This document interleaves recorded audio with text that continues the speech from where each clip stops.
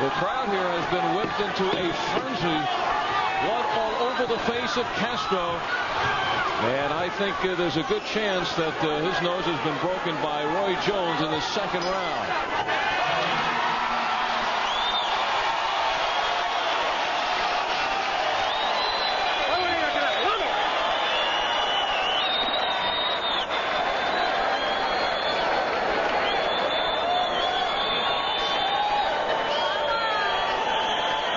Well, Sean, one who's had the experience of taking some shots in the nose. What is this man going through right now? His nose is broken, and it hurts to get your nose broken like that. You can see the blood streaming down. And here's a look at the punch that did it. Watch for the overhand right. No, it was the left hook. Bing. Big left hook. Castro was watching for the overhand right. And whenever that happens, it hurts your nose. And every time you get hit in it from that point on, every time, even if you get hit in the hand, it still hurts your nose. There Castro is backing up. To break your nose, though, is different than like breaking your hand or breaking a bone. There's no bone in your nose. It's gristle. And blood just comes screaming down. Takes forever to heal. Now, between rounds, they apply medicine up the nose, a coagulant, to try to stop the bleeding. Jorge Castro is known as Locomotive, always going forward. And I think he feels a sense of urgency now as we head into the third round. Here's a guy turned pro in 1987 at 19 years old.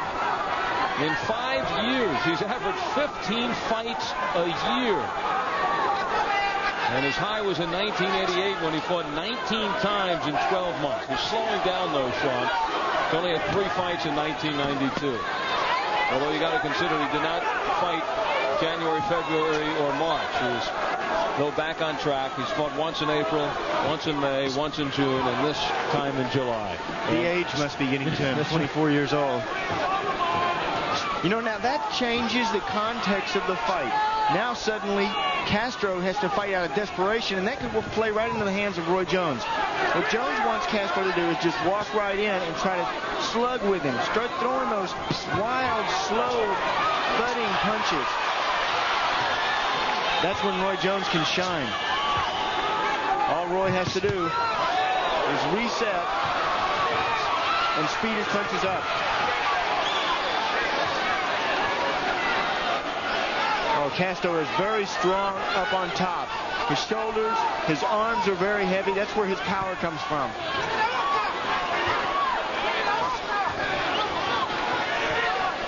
Roy Jones takes solace in the story of Evander Holyfield, another one of the Olympians who lost in controversy and then came back and made his mark, his gold as a pro. And that's what Roy Jones wants to duplicate. Jones fighting as a middleweight. He's at 159 for this fight. They say he very easily could extend to the 168 super middleweight limit. Although it looks like Roy Jones going through a little of what Darren Van Horn is. He's just going to get bigger. Leading up to this fight, he did say, Al, that he was having a weight problem. Just waiting for the match to come around. Not from his weight, though. I think he wants to get Norris, Jackson, or Tony while he still is a middleweight. Inside 20 seconds in the third, but he wants to not only win this fight, look impressive, he wants to be the colorful man on the scene that a champion has to step in the ring with to make the big money at this weight.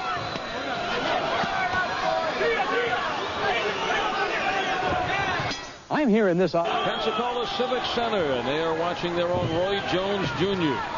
in the silver trunks against Jorge Castro. Trunks were white to start the evening, now white and red. Blood coming from the nose of Castro. He had his nose broken in the second round. And now it's Castro crowding Jones. He has him in the corner. That's where he wants him. Jones making no effort to get out. He wants to slug it out.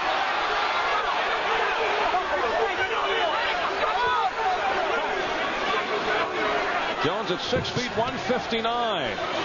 Castro at 5'9", 156.5, and Jones is a 4-inch reach advantage. Castro has won 21 of his last 22 fights. The only defeat, a 12-round decision loss for the WBC super welterweight title, the hands of Terry Norris. That's a man that Roy Jones now wants to fight as a middleweight. Big left hook from Castro, and he senses that Roy Jones is hurt. Between rounds, Roy Jones Sr. telling his son, stick and move, and said, I'll let you play one more round, Roy.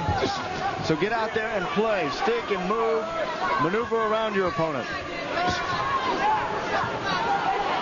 But the danger in doing that is you can't leave your hands down. Castro found that right hand low. The left hook over the top. The guard comes down for Castro. Well, Castro's got to be thinking to himself, my gosh, everything I do, I get hit. Every time I try to throw a punch, I get nailed.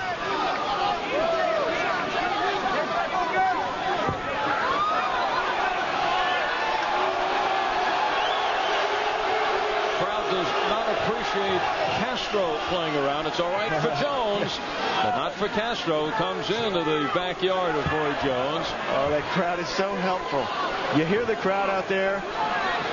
You try to work for the crowd. Sometimes they can pump you up and fire you up to go out there and do a better job. They notice a scar on the right shoulder of Castro. He's not called Locomotora for nothing. The locomotion, he loves to race cars, and about 7 years ago got into an accident. Hurt his shoulder, had some surgery, but he said it hasn't affected him in the ring. And there he is trying out that big right. But see him back up and let Roy Jones out of the corner. Where he wants to do his damage is while Roy's in the corner leaning up against the ropes.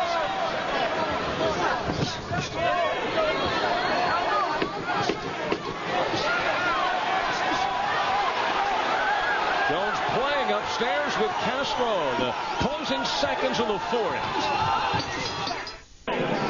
Roy Jones working up a sweat. He has 4 rounds in against Jorge Castro.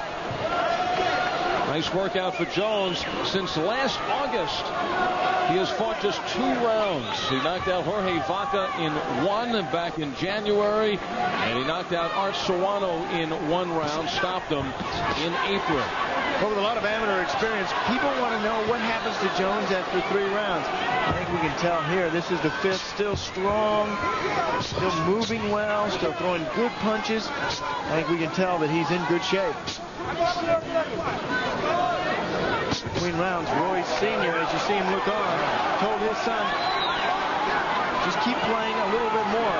Roy Jr. said he's trying to lure me in, saying Castro wants me to come inside, but I'm not going to do it. And see him shaking his head no, then I'm going to pick him apart from the outside, saying no, you're not going to get me to come in and play your game. That's how you rely on your corner to tell you how to win fights. Your corner can see your mistakes that you cannot see.